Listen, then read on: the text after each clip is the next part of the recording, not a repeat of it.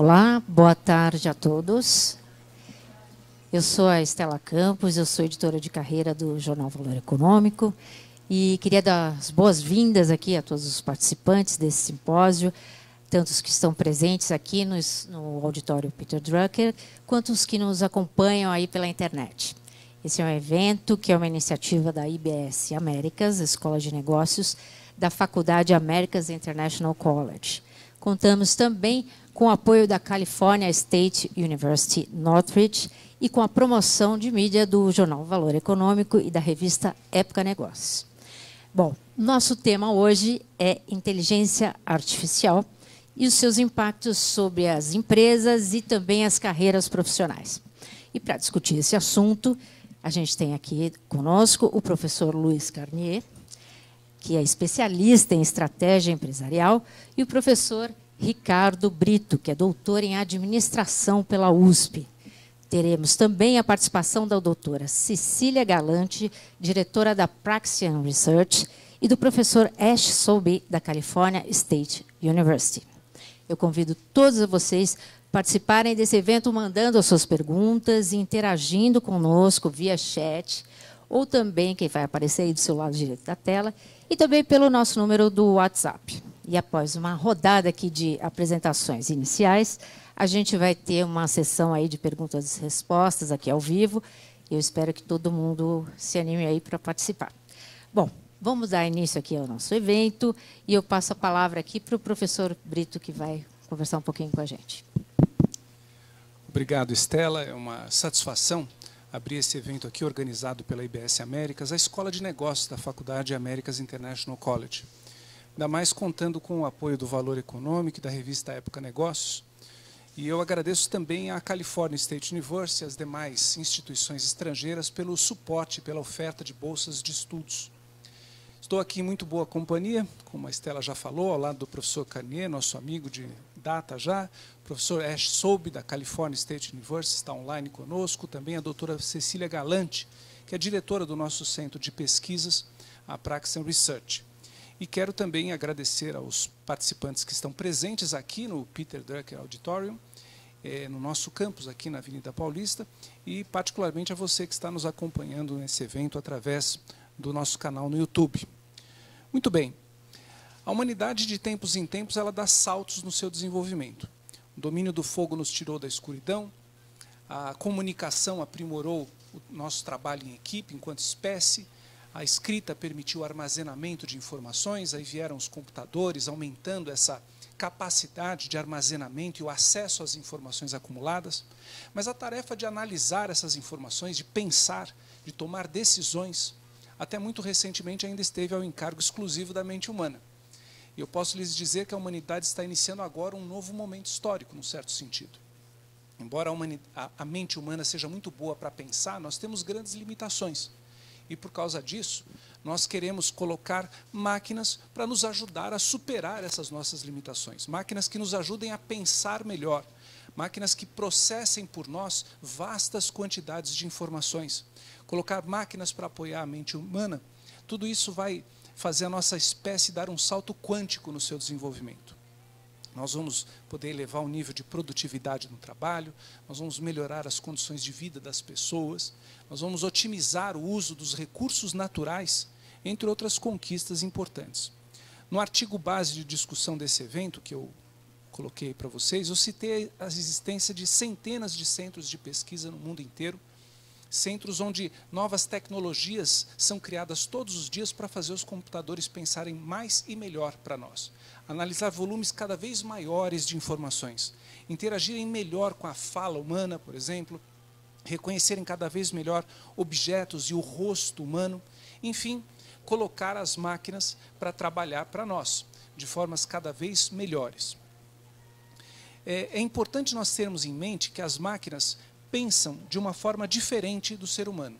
O cérebro humano é bom para ter novas ideias, para criar algo novo, para desenvolver um senso moral do que é o certo, do que é o errado, para sonhar sobre o futuro, para criações artísticas, para desenvolver um espírito de solidariedade. Já as máquinas pensam de outro jeito.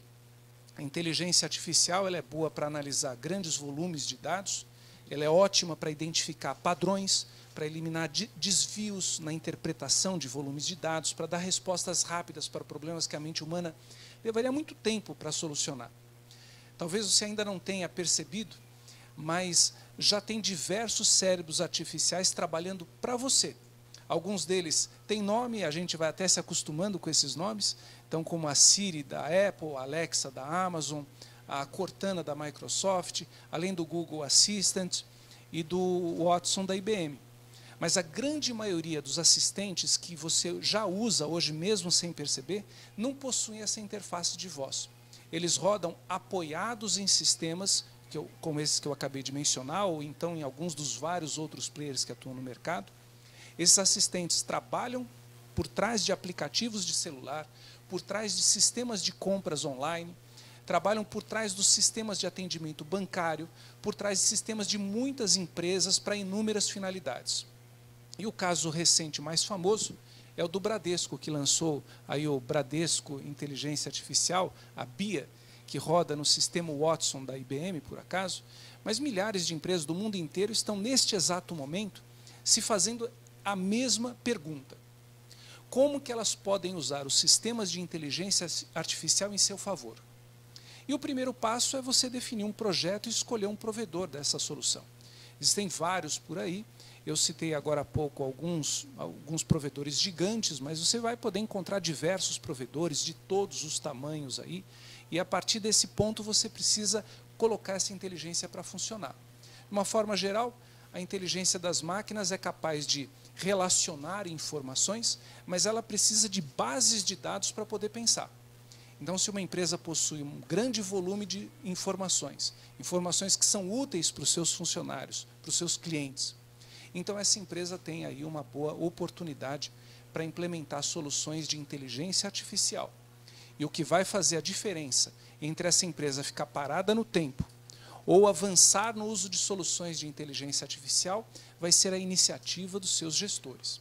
Apenas se houver uma liderança dentro da empresa, uma liderança que conduza a organização no sentido de aplicar essas novas tecnologias, apenas assim essa empresa vai poder aproveitar as oportunidades trazidas pela inteligência artificial, ajudando a sua empresa a prosperar, a vencer a competição com outras empresas do mundo todo, alavancando inclusive a carreira de quem estiver à frente disso e ajudando no desenvolvimento do país.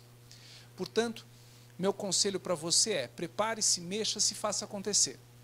No nosso artigo base deste evento, eu sugiro alguns passos para que a sua empresa, independente do porte do setor, possa avançar nessa área. Mas eu queria dar um exemplo muito rapidamente aqui. Vamos dizer que você vai numa clínica médica e relata lá um conjunto de sintomas. O diagnóstico é feito com base no quê?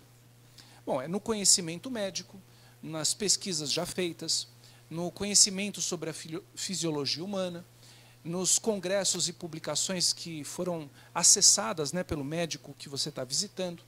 Agora, imagine o seguinte: todos os dias estão sendo conduzidas dezenas de novas pesquisas exatamente sobre o seu problema de saúde, no mundo inteiro.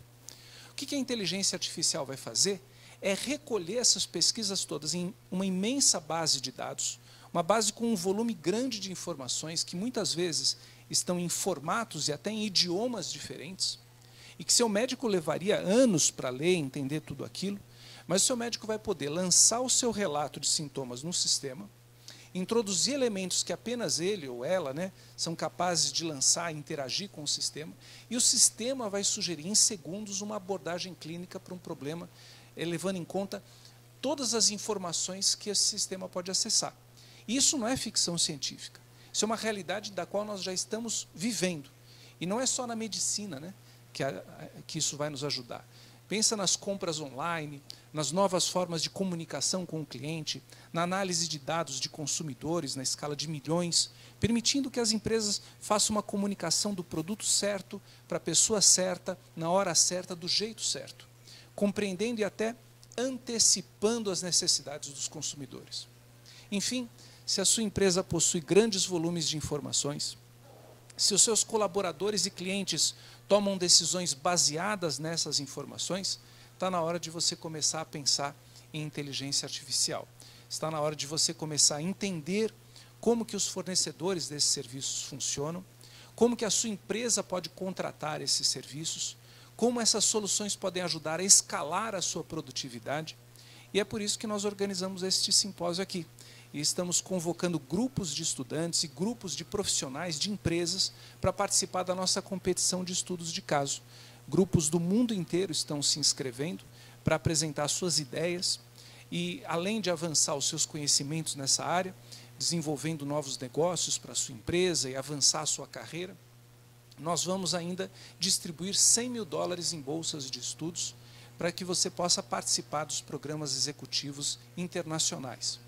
Mas depois nós vamos falar mais sobre isso. Agora é hora de conhecer mais sobre esse assunto e contando aí com o privilégio de estar junto de grandes especialistas aqui para nos ajudar. Então, obrigado mais uma vez e um bom simpósio para todos nós. Obrigada, Ricardo. Bom, agora vamos começar já a nossa interação aqui, né? Eu acho que a doutora Cecília Galante, que pode nos apresentar aí uma coisa muito interessante, que são os highlights de uma pesquisa internacional que a Praxians está conduzindo sobre inteligência artificial.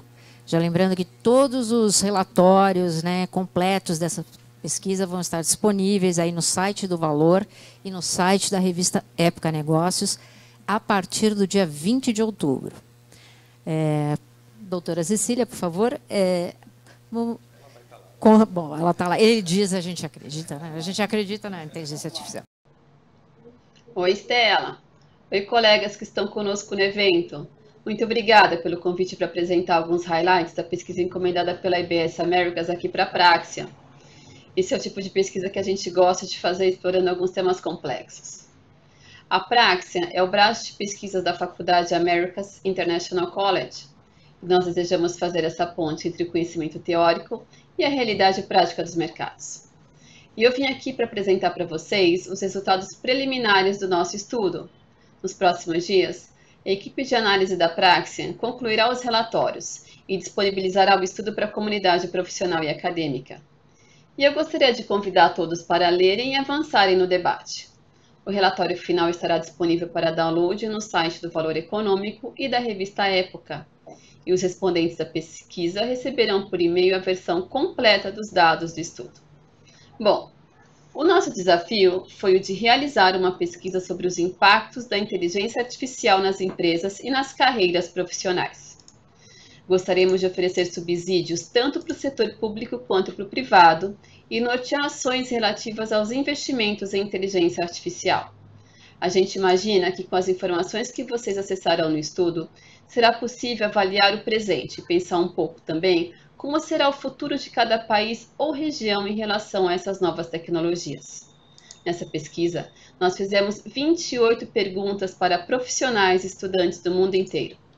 Nossa amostra final ficou com quase 1.700 respondentes de mais de 80 países, permitindo comparações entre regiões e países, comparações entre países desenvolvidos e emergentes, comparações entre emergentes da Ásia, emergentes da Europa, da África, da América Latina, enfim, permitindo algumas análises muito interessantes.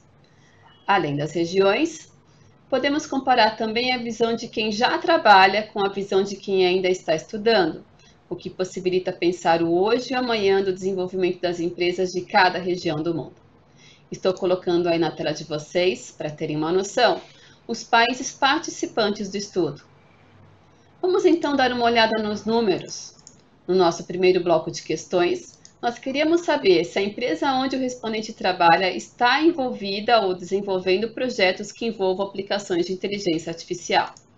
Veja no gráfico que estou mostrando agora na tela que quase metade dos respondentes do Brasil, 47%, trabalham em empresas atualmente envolvidas em projetos de inteligência artificial, número maior do que os respondentes da América Latina, onde apenas 38% afirmaram algum envolvimento com a temática. Significa que estamos coletando informações de pessoas qualificadas, pessoas que atuam diretamente com IA em empresas de ponta nos seus setores. Aqui nesse outro gráfico estou mostrando o perfil dos respondentes da pesquisa, em uma das regiões mais atrasadas do mundo em termos de investimento em IA, que são os países africanos e do Oriente Médio. Metade dos respondentes dos MENA Countries, que são os países do Oriente Médio e do Norte da África, e 57% dos respondentes da África subsaariana participantes da pesquisa atuam nas regiões e empresas envolvidas em projetos de IA. E essa é uma constante da nossa pesquisa com respondentes de outras partes do mundo, o que significa que as opiniões que estamos conhecendo são de pessoas não apenas interessadas no assunto, mas também de pessoas que trabalham nessa área. E nesse cenário de respondentes que atuam nessa área, nossa primeira pergunta foi, então, saber sobre o ambiente competitivo. Se as empresas concorrentes estão investindo mais ou menos do que as empresas onde os respondentes trabalham. Aqui no Brasil e na América Latina, na visão dos participantes desse estudo, 49% das empresas concorrentes deles investem mais do que eles investem nessas tecnologias. E a situação é um pouco pior na África, com 53% das empresas dos MENA countries e 57% das empresas da África subsaariana. Como era de se esperar nos países desenvolvidos, a percepção dos respondentes é um pouco mais positiva. Lá, 44% dos respondentes afirmam que as suas empresas investem mais do que os concorrentes em inteligência artificial, algo que bate com as nossas expectativas e reforça a dianteira de que esses países estão tomando no mundo. Para poder trabalhar com inteligência artificial, é preciso algum nível de preparo. Nós, então, perguntamos para quem está estudando se a formação acadêmica que eles estão recebendo é suficiente para poderem trabalhar ou não com essas novas tecnologias. Aqui no Brasil e na América Latina, como era de se esperar, mais de 80% dos estudantes do ensino superior participantes do estudo dizem que não estão aprendendo o suficiente em seus cursos para poderem atuar nessa área. E esse número é semelhante nos países emergentes da Europa, mas bastante diferente do que encontramos na Ásia. Países como China, Índia, Paquistão e outros parecem ter acordado para essas novas tecnologias. Estão adaptando seus cursos para preparar profissionais para essas novas tendências. Nos países emergentes da Ásia, a gente encontrou números até mais elevados do que os de países desenvolvidos, onde 45% dos respondentes do estudo afirmaram que os seus cursos superiores têm coberto de maneira satisfatória a preparação para trabalharem com inteligência artificial. Bom, com isso até agora nós pensamos em empresas e instituições de ensino, e agora vamos ver os países como um todo. Mais uma vez, entrevistando estudantes e profissionais interessados na temática, perguntamos se o país onde eles vivem está investindo o suficiente em inteligência artificial. E os números refletem mais ou menos o esperado. Aqui no Brasil, só 2% consideram que os nossos investimentos são elevados, similar ao encontrado na América Latina, nos países do Oriente Médio e Norte da África e também na África subsaariana. Começamos a encontrar respondentes indicando níveis melhores de investimentos em países da Europa emergente e da Ásia. Também confirmando nossas expectativas, os países desenvolvidos parecem estar investindo bem mais do que a média mundial em IA, pelo menos na opinião de 54% dos respondentes da nossa pesquisa que moram em países desenvolvidos. E chegando agora no final da nossa pesquisa, quisemos ouvir a opinião dos participantes em relação ao tema muito delicado. Parece haver um consenso em relação ao fato de que as aplicações de inteligência artificial vão crescer bastante nos próximos anos. Mas quais seriam os impactos positivos e negativos dessa expansão? Fizemos então primeiro uma lista de possíveis impactos positivos e os respondentes deveriam responder em uma escala Likert de 1 a 5 pontos o quão provável esse impacto positivo iria realmente ocorrer. E depois, fizemos a mesma coisa com os impactos negativos. Mostrarei agora aí na tela algumas notas que encontramos para os aspectos positivos. Entre os aspectos positivos mais aguardados está a melhora na produtividade e a redução de custo para as nossas empresas. E esse é um fator quase consensual entre os participantes de países desenvolvidos, e ainda mais em países emergentes, com notas 4.12 e 4.37. Os demais fatores e notas vocês poderão ver no nosso relatório. E para antecipar apenas um fator também, porque o tempo já está acabando, entre os impactos negativos eu gostaria de mostrar a questão do emprego. Foi praticamente um consenso na América Latina a perspectiva da perda do emprego entre as pessoas de baixa qualificação profissional. enquanto na África, a perspectiva é de elevação da taxa de desemprego de um modo geral, na opinião de boa parte dos respondentes. E é isso. Convido então mais uma vez vocês para baixarem o relatório do estudo, lerem e compartilharem. Ele estará disponível a partir do dia 20 de outubro no site do Valor Econômico e da revista Época. Os participantes do estudo vão receber link pelo e-mail, está bem? Obrigada mais uma vez, Estela, e a todos os participantes, e uma boa discussão aí para vocês.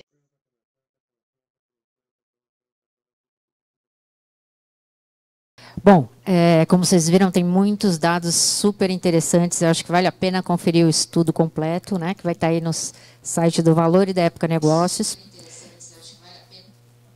Sou eu 2 vezes, eu e minha inteligência artificial. Bom, enquanto a gente pensa um pouquinho, né, sobre esses dados, né, que a gente acabou de ouvir, que eu acho que refletem um pouco o que todo mundo intuía, mas não tinha visto ainda em números, a gente vai conhecer a opinião aqui do nosso convidado, o professor Ash Sobey, né, sobre como ele enxerga aí esse desenvolvimento das aplicações de inteligência artificial para as empresas nos próximos anos e como as empresas, né, devem estar se preparando, devem se preparar para isso. Bom, tá. Vamos ver se ele vai aparecer. É assim mágico, né? Hi, Professor Sobey. How do you envision the development of artificial intelligence applications for companies in the upcoming years? How should organizations get ready for this transformation? Here's where I see the biggest opportunity for corporations. Aqui está o que eu penso ser a maior oportunidade para empresas. Muitas das empresas estão atualmente trabalhando, felizmente ou infelizmente, com pessoas muito experientes. E com a experiência, às vezes, vem a idade. Então, se acontecer de você estar nos seus 50, 60 ou 70 anos e estar no comando de uma grande empresa ou de uma agência federal, existe uma pequena chance de que os seus dados, as suas informações sobre inteligência artificial estejam desatualizadas em relação às novas informações. Então eu acredito que a nova tecnologia que já está disponível pode te ajudar a comandar a sua empresa ou instituição. Então, se você deve procurar pessoas talentosas e novas que busquem novos caminhos para usar essa inteligência artificial. Então, se alguém vier até você e te apresentar uma nova ideia de tecnologia da informação que você nunca ouviu, eu digo para você, preste atenção nisso e aplique à sua empresa. Então, não diga para essa pessoa, não fazemos desse jeito na nossa empresa. Pense em daqui 10, daqui 15 anos, daqui 50 anos. A cada 50 anos existe uma revolução tecnológica. Primeiro veio a Revolução Industrial, depois a Revolução das Telecomunicações. E eu acredito que a próxima fase será a da Revolução da Inteligência Artificial. Então, se você prestar atenção nisso nos próximos 50 anos, você precisa focar na inteligência artificial. Então, se você estiver comandando uma companhia, entre em contato com isso. Preste atenção nessas novas tecnologias que você tem. E pense em como eu posso usar isso para dirigir nossas comunicações para diferentes tipos de demografia, para diferentes populações. Então, pense, nos Estados Unidos existem muitos brasileiros, porto-riquenhos, chineses e outras culturas. Com a inteligência artificial, você consegue detectar o endereço IP dessas pessoas e automaticamente direcionar a sua comunicação para uma linguagem que seja a preferida dessa pessoa. Então você vai trabalhar com esse contato, com esse público mais fácil. Então são grandes mudanças que podem acontecer nesse futuro próximo. Então, se você for esperto, você vai trabalhar com isso. E aqui outra coisa que eu tenho a dizer. Um dos maiores segredos da inteligência artificial é voltar à humanidade. Então, o que acontece? Você deve prestar atenção que a inteligência artificial precisa, primeiro, entender o que é realmente inteligência. E o sucesso depende a entender como nós humanos, funcionamos. A inteligência artificial, ela tenta prever o nosso comportamento. Então, quanto mais ela entender esse comportamento, mais fácil será de trabalhar junto a ela.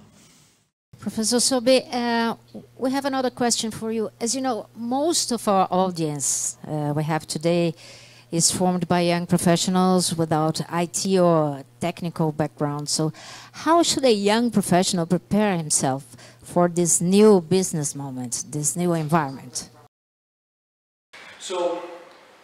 Então, Os donos de negócios não conhecem as tecnicalidades dos desenvolvedores, que usam muitos termos técnicos com seus talentos. Então existe uma chance de que o dono da empresa não entenda necessariamente aquilo que ele está dizendo e que o desenvolvedor não entenda os termos específicos do mundo dos negócios.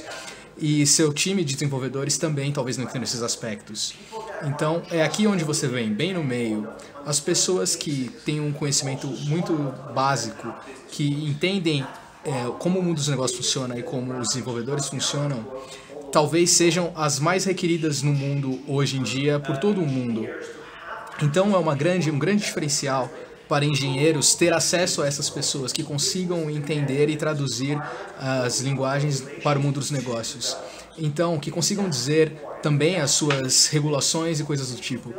Se você consegue preencher esse espaço, você tem uma tremenda chance de crescimento como um indivíduo e também como um executivo de negócios.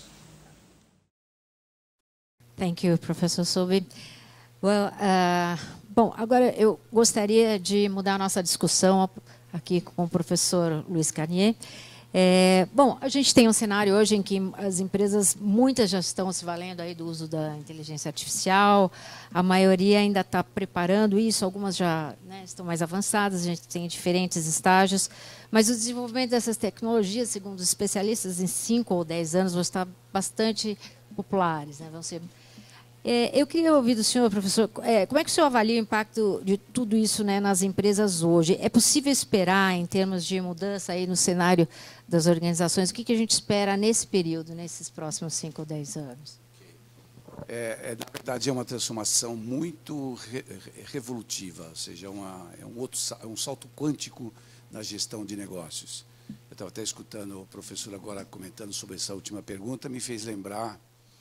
Há um tempo atrás, eu estava fazendo um trabalho numa empresa e o presidente dessa empresa me disse o seguinte: contratei um novo diretor de TI para a nossa empresa. Eu falei, bacana, tal, de onde é que ele vem? Vem do concorrente. Você tirou o diretor de TI do concorrente para trazer para cá? Ele falou, não, ele não é... aliás, ele não entende nada de TI.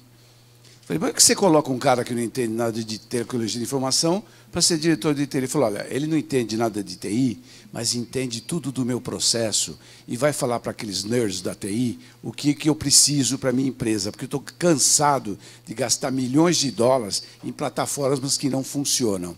E o que o professor acabou de comentar exatamente é isso.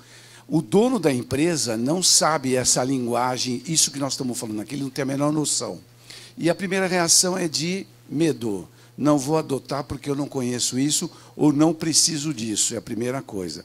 Do outro lado, nós temos o usuário dessa tecnologia que também não conhece. Então, é muito interessante porque nós estamos vendo aí, principalmente nas empresas, ou melhor, os profissionais que estão entendendo desse assunto que nós estamos tratando aqui, o mais velho deve ter 24 anos. A Apple recebe por dia 100 pedidos de homologação de aplicativos. A faixa etária de pessoas que mandavam os aplicativos lá até uns 5 anos atrás era 18 anos. Hoje a faixa etária é 12. Isso nos demonstra o seguinte, de repente, pela resposta dele eu estava pensando nisso, daqui a pouco eu vejo um presidente de uma empresa tendo que fazer pergunta para um garoto de 23 anos, como é que eu vou gerir meu negócio? E isso é um fato concreto. Agora, essa tecnologia tem que ser absorvida rapidamente pelos executivos, mesmo que não sejam da área de TI. O executivo, de uma forma geral. Por quê? Quais os benefícios ou impacto que a Estela me pergunta que traz para uma empresa? Em primeiro lugar, é a informação rápida e, mais do que isso, a informação transformada em conhecimento. Nós estamos aqui numa velocidade das mudanças cada vez mais rápida. A tomada de decisão tem que ser cada vez mais rápida. E nós não podemos tomar decisões sem ter informações concretas na mão. E a inteligência artificial proporciona isso, como o professor Ricardo comentou, na disseminação da informação, no processamento e entendimento dessa informação. Então, acho que o primeiro ponto aí que torna esse cenário totalmente revolutivo é a possibilidade de ter o conhecimento mais rápido e, mais do que isso, ao conhecimento de todos conhecendo o que está acontecendo na empresa. Porque é um fato concreto, a gente que está na área de gestão, de consultoria, a gente percebe que a maioria das pessoas não tem a menor ideia do que elas fazem.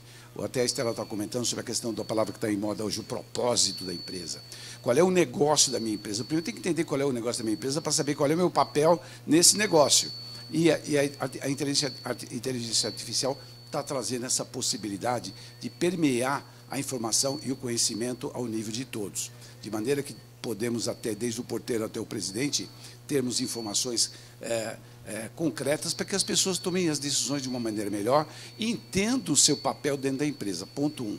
Outra coisa importante, eu sou também professor, né, na área de gestão de pessoas, e uma das minhas matérias chama-se Gestão de Desempenho. Então, a gente está falando sobre aqui o desempenho das pessoas, os instrumentos que a gente usa, como avaliação 360 graus, a gestão por competência, 9box, para quem conhece essa coisa toda aí. O que está acontecendo é o seguinte, a inteligência artificial está mudando todo esse quadro, porque, em vez de trabalhar com variáveis fixas, nós vamos começar a trabalhar com algoritmos. E, na verdade, nós estamos migrando da gestão de desempenho para aquilo que nós chamamos de People Analytics. Ou seja, nós vamos ter agora na mão melhores informações para avaliar competências, potencial, inclusive avaliar motivação das pessoas para o trabalho e colocar a pessoa no lugar certo, no momento certo, avaliar o potencial que está inerte nas pessoas, ou seja, dentro de uma empresa, a inteligência artificial, sem contar a parte estratégica de negócios, eu estou mais preocupado e o que eu acho que que mais me empolga é saber que a inteligência artificial vai poder melhorar o maior patrimônio que uma empresa tem, que é o capital humano. Inclusive, eu comento sempre que nós já estamos migrando do ROI, que é o retorno sobre investimento, para o retorno sobre intangível, porque o grande patrimônio de uma empresa ele não é quantificável. É exatamente o lado direito do cérebro das pessoas, né, do ser humano, que, como o professor Ricardo comentou, é o que nós vamos aproveitar que temos de melhor, e aproveitando lá o lado esquerdo do cérebro, deixando para que a inteligência artificial nos ajude nesse sentido. Então, de uma forma direta, eu diria exatamente isso. O impacto é muito grande. O impacto transforma as empresas entre aquelas que usam inteligência artificial e aquelas que não estão usando. Essa é a grande diferença que vai fazer a diferença hoje no mundo que a gente está vivendo. Ok? Tá bom? Obrigada, professor. Bom, eu queria agora fazer uma pergunta aqui para o Ricardo. Bom, a gente já ouviu a primeira reflexão aí sobre os dados da pesquisa, né, que a doutora Cecília trouxe. A gente ouviu um pouco a opinião do sobre né, o cenário para as empresas. Eu queria, ouvindo tudo isso, as colocações do professor Carnier também, que você falasse um pouco quais são as perspectivas para os profissionais e para as empresas no Brasil, né?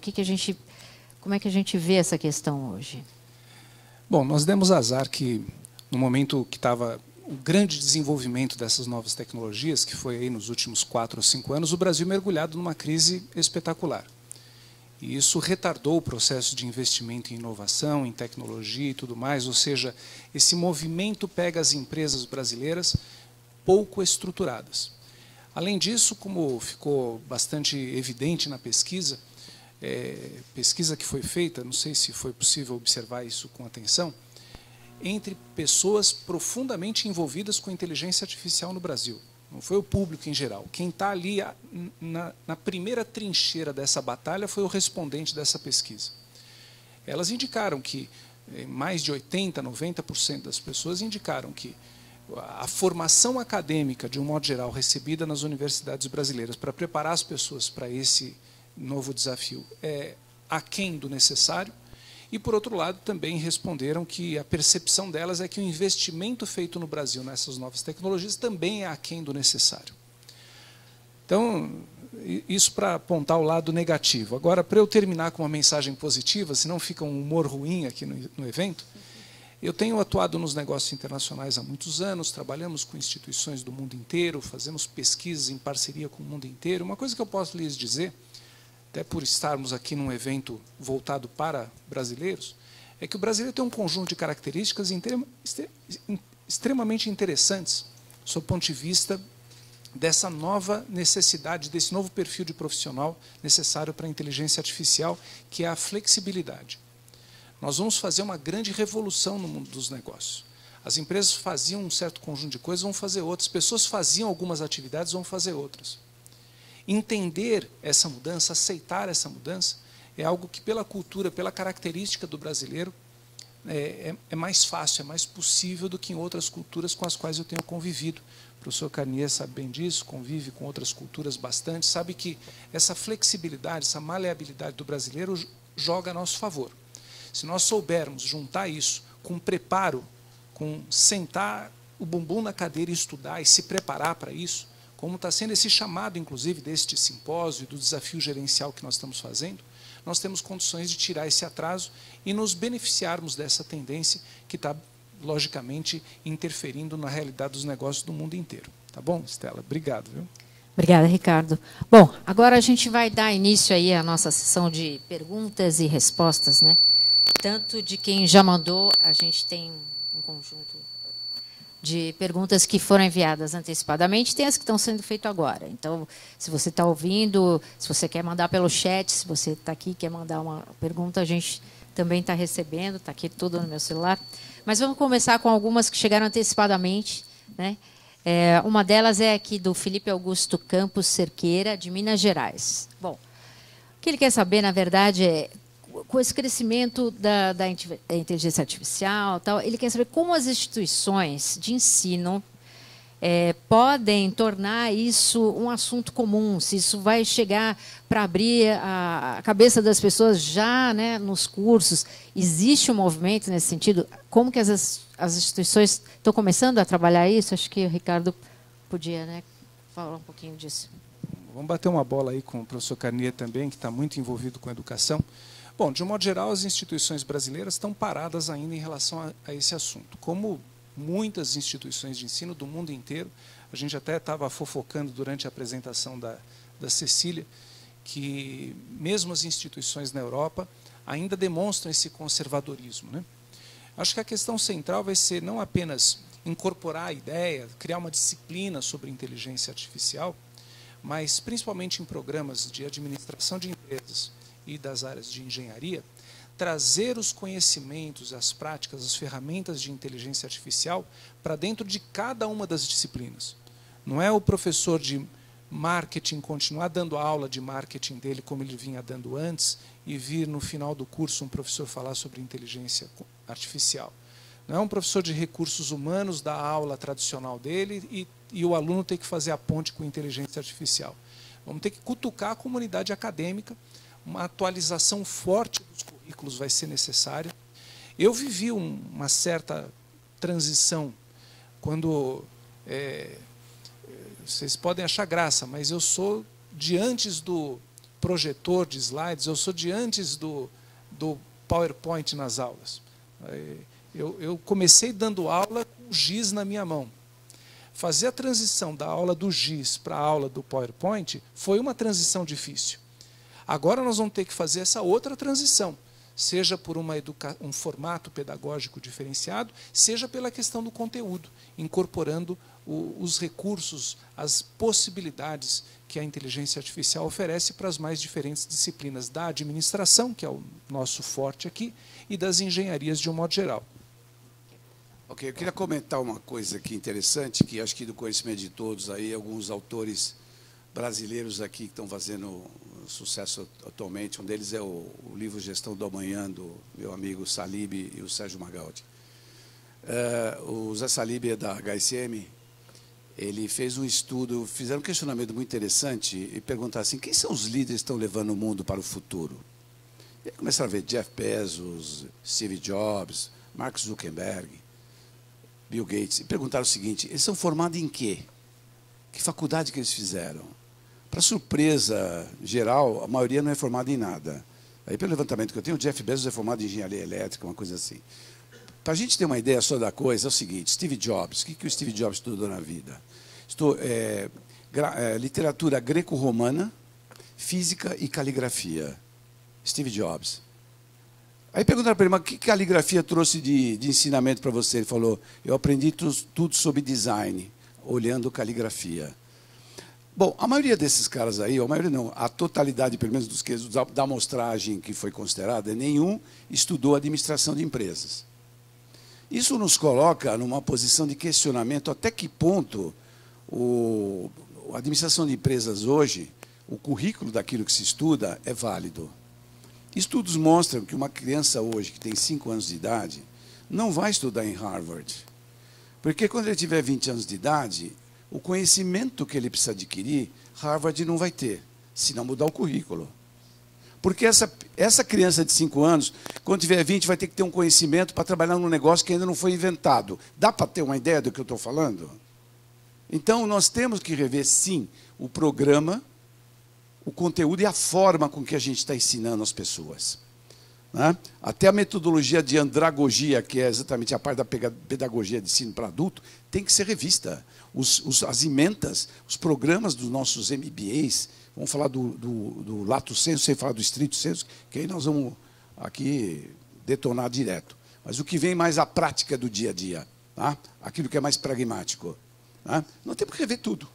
Já existe nos Estados Unidos escola sem professor, tá certo? E aí entra a inteligência artificial totalmente, né? Ou mesmo a chamada sala invertida, onde o aluno estuda primeiro para depois estar dentro da sala. E nós queremos trazer isso para cá, ou melhor, nós vamos trazer para o Brasil, no America's College, exatamente esse tipo de postura, essa nova ambiência, e com temas também diferentes. Claro, tudo que nós aprendemos hoje em administração é válido, mas nós não podemos parar aí. Pessoal, eu vou ser um pouco técnico aqui, 5 forças de Michael Porter, que vai analisar a análise dos concorrentes, novos entrantes. Nós temos que ver o concorrente não mais como concorrente, e muitas vezes como parceiro, e como um acompanhante, um sócio de uma nova empreitada. Tá certo? Dá uma olhada lá no Vale do Silício e pergunta quem concorre com quem ali. Aquilo lá é desculpa a expressão, até uma promiscuidade empresarial, porque um ajuda o outro. E isso é a nova visão que nós temos que ter dos negócios, e isso está chegando na academia, porque nós, acadêmicos, que estamos muito incomodados com todo esse cenário que aí está. Bom, temos uma outra pergunta aqui que eu acho que também é bacana o senhor colocar. O Marcos Neves, ele pergunta assim, de que forma, né? Desculpa, é o José Henrique Pedroso de Goiás. Tá? Ele fala que, diante toda essa questão da introdução da inteligência artificial nas empresas, como que fica, de que forma ela vai afetar as relações humanas dentro da empresa? Né? Qual vai ser o impacto disso da maneira como a gente trabalha internamente? Um dos segredos aí da integração das pessoas é primeiro saber o que você faz. Eu tenho que entender o que você faz e você entender o que eu faço. No momento que você sabe o que eu faço e eu entendo o que você faz, nós vamos ver a importância da colaboração sua para o meu resultado e vice-versa. E a inteligência artificial, como eu havia comentado, traz essa integração das pessoas de uma maneira muito melhor.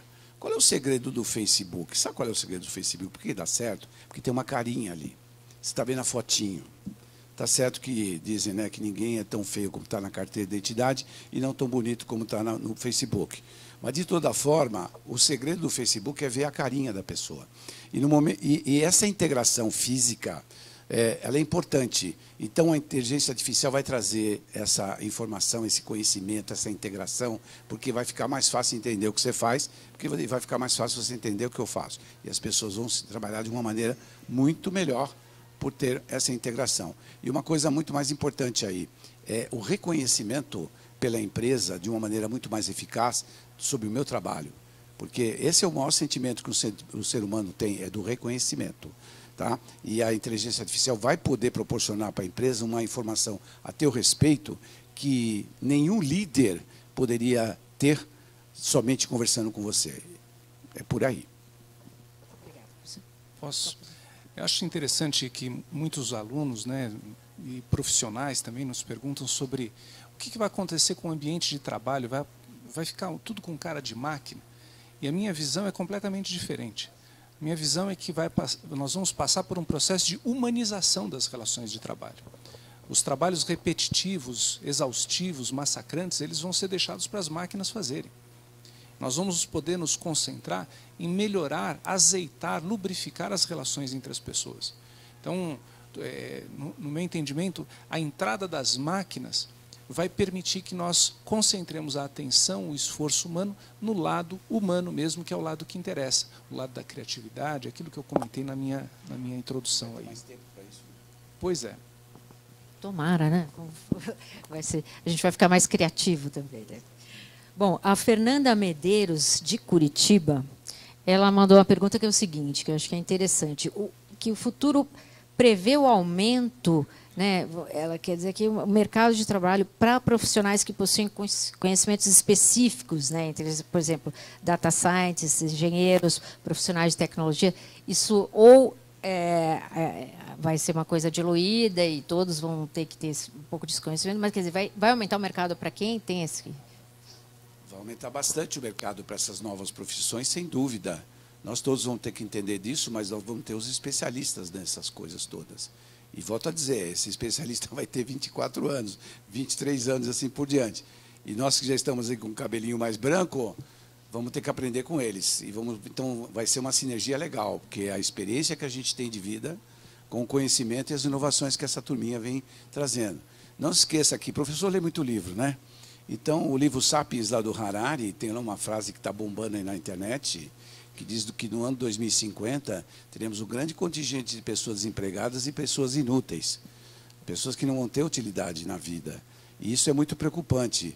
Nós temos que fazer com que, mesmo que essas pessoas que não têm uma especialidade, tenham a oportunidade de aprender, porque é um paradoxo isso. Por um lado, a tecnologia avança de uma maneira tão rápida, e do lado eu tenho pessoas que não têm conhecimento de nada. Mas olha só, essas pessoas que não têm conhecimento de nada, de certa forma, vão se juntar às pessoas que têm conhecimento de tudo hoje. Porque o conhecimento de tudo hoje, amanhã não tem importância nenhuma. Eu sou professor de marketing também, né? E eu digo sempre isso. Você estudou finanças, você estudou engenharia, ok, tudo bem, você vai poder aproveitar. E marketing, tudo que nós aprendemos no passado, esquece de jogar fora. Eu estava conversando com o professor Felipe Kotler outro dia sobre isso. Ele esteve aqui no Brasil, estava falando. Professor, tudo que nós aprendemos dos 4Ps, 6Ps, tudo mais, para jogar fora, porque não tem mais importância. E ele falou, é verdade. Então, quer dizer, veja, a oportunidade está aí mesmo para quem tem conhecimento, como também para quem não tem conhecimento, porque vamos começar todos da estaca zero, porque tudo que está aí é novidade, tanto para quem sabe tudo, como para quem não sabe nada. Acho que essa é a boa resposta para essa pergunta. Quando eu estava na faculdade, eu fui o primeiro da minha turma, lá na USP, a ter computador em casa, e eu estava no 3º ano da faculdade. Pode parecer engraçado, principalmente para os mais jovens da sala, mas até o 2º ano da faculdade eu entregava meus trabalhos em folha de papel ao maço. Foi então necessário que houvesse uma alfabetização básica em tecnologia no mundo. Todo mundo passou a ter que saber mexer minimamente com Word, Excel, PowerPoint e algumas outras coisas. Neste momento, nós vamos ter que nos familiarizar com outras aplicações. Se você acha isso uma boa notícia ou não, isso é uma outra questão. Mas os APIs, né, essas interfaces de programação de inteligência artificial, vão fazer parte do seu dia a dia, a não ser que você queira se dispor a fazer atividades repetitivas. Agora, você fala, não, eu tenho uma atividade que eu repito 500 mil vezes da mesma forma, uma atividade muito exaustiva de ficar analisando uma planilha. Bom, então, você se familiarize com os APIs disponibilizados pelos grandes players de inteligência artificial, bote esses aplicativos para funcionar em seu lugar. Então, eu acho que esse conhecimento técnico vai se pulverizar. Vai ter os especialistas que vão desenvolver o que está por trás dos APIs, e para o restante de nós vai sobrar essa necessidade de um conhecimento médio mais elevado sobre essas referências. Acho que você respondeu um pouco a pergunta aqui do Breno Rovia, porque ele está muito preocupado, ele fala assim, como que começa, né? Onde ele deve começar os estudos dele para se introduzir ao mundo da inteligência artificial, né? Como é que... Acho que... Bom, Breno, de um modo geral, eu acho que nós vamos ter que nos voltar agora com uma parte do cérebro para o ser humano e uma parte do cérebro para as máquinas, para os softwares. Temos enfatizado muito essa necessidade, essa importância de você conhecer essas novas ferramentas, saber programar isso. E quando eu digo programar, não é aquela programação básica, pesada, que isso é os técnicos que vão fazer. Eu me refiro à programação das interfaces. Da mesma forma como você hoje abre um programa chamado PowerPoint, ou abre um programa chamado Word e sabe conversar com ele e botar ele para trabalhar, você vai ter que aprender a mexer com outros aplicativos que são, de um modo geral, user-friendly. Mas eu acho que vai sobrar muito espaço, muita necessidade para um conhecimento sobre ser humano. Se você vai lá hoje na Califórnia, a coisa que mais você ouve, eu ouvi isso de uma meia dúzia de pessoas nesse último verão. Olha, nós vamos precisar entender psicologia, nos dedicar mais ao ser humano. Como é que o ser humano pensa? Na hora que uma pessoa está ligando para uma central de atendimento, qual que é o raciocínio que ela tem e como é que o nosso software pode antecipar esse raciocínio e responder melhor essas perguntas. Então, de um lado, o conhecimento técnico, mas, de outro lado, o conhecimento humano vão ser necessários para essa revolução. Eu acho que até tem uma coisa curiosa que eu vi outro dia, que um colunista nosso escreveu que ele é nosso colunista lá de Nova York, e ele falou que tem agências, né, que fazem essas inteligências artificiais, estão contratando antropólogos e roteiristas, até poetas, para desenvolver os diálogos e aquele humor que a gente vê na Siri, aquele refinamento, aquilo tem alguém por trás, né? Tem aquele humor, até poeta, vamos dizer, finalmente vai arranjar um emprego, né? Na indústria de tecnologia, realmente é surpreendente.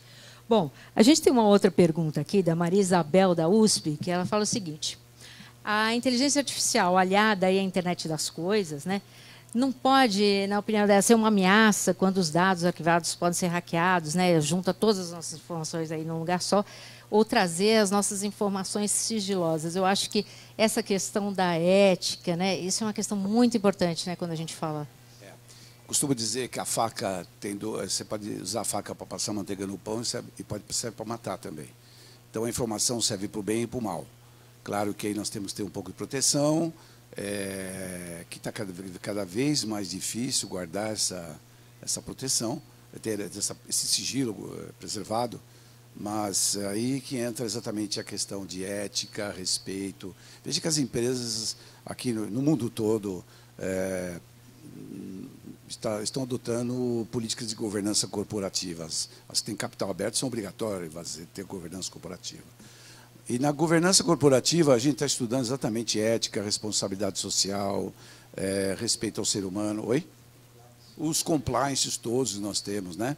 Então, tem realmente uma preocupação muito grande com essa questão da segurança da informação, sem dúvida. Nós vamos estar mais vulneráveis, sim, eu acredito que sim. Nós vamos estar mais vulneráveis. Hoje nós já estamos bem vulneráveis, porque se você colocar o teu nome no Google, por exemplo, você vai descobrir coisas assim que você nunca imaginou que estão lá, tá certo? Então, quer dizer, e daqui para frente vai ser mais ainda. Eu quero guardar meu CPF, vai na Praça da República, você compra aí a declaração de imposto de renda de qualquer pessoa, lá o cara te vende lá o disquete. Então está difícil guardar informação, tá? Mas e nós vamos ter que dar um jeito disso, não sei. Nós vamos ter que conviver. Aí eu volto daquele grande dilema, né? Você não deve nada, então não tema nada. Imagina, nós somos, de certa forma, pessoas públicas. Tá lá, minha foto está na internet, eu tenho site, fotógrafo vem aqui tirar foto. Eu vou começar a esconder minhas fotos, porque o cara pode pegar minha foto, colocar a minha foto como sendo uma outra pessoa. Aí você vai pensar assim, você não sai de casa mais. É por aí. Obrigada, professor. Bom, infelizmente o nosso tempo aqui está esgotando, é um assunto incrível, a gente poderia ficar falando horas aqui, acho que tem 1000 aspectos aí, né, diferentes, né, para serem abordados, mas a gente, infelizmente, chegou, né? Só queria completar uma coisa que o Ricardo estava falando sobre essa questão de voltar para a psicologia e tudo mais.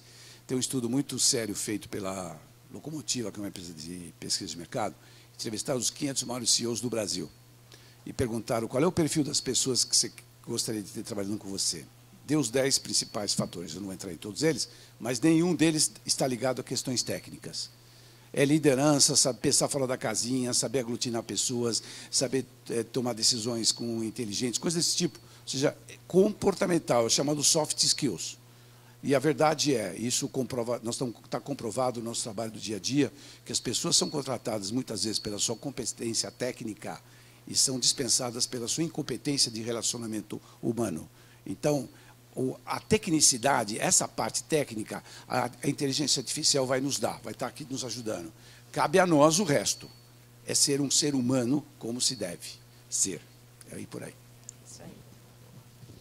Bom, e para encerrar aí o nosso papo, um último comentário que eu gostaria de fazer, que não tivemos tanta oportunidade de fazer ao longo da discussão, é a respeito do perfil de atuação das empresas de agora em diante.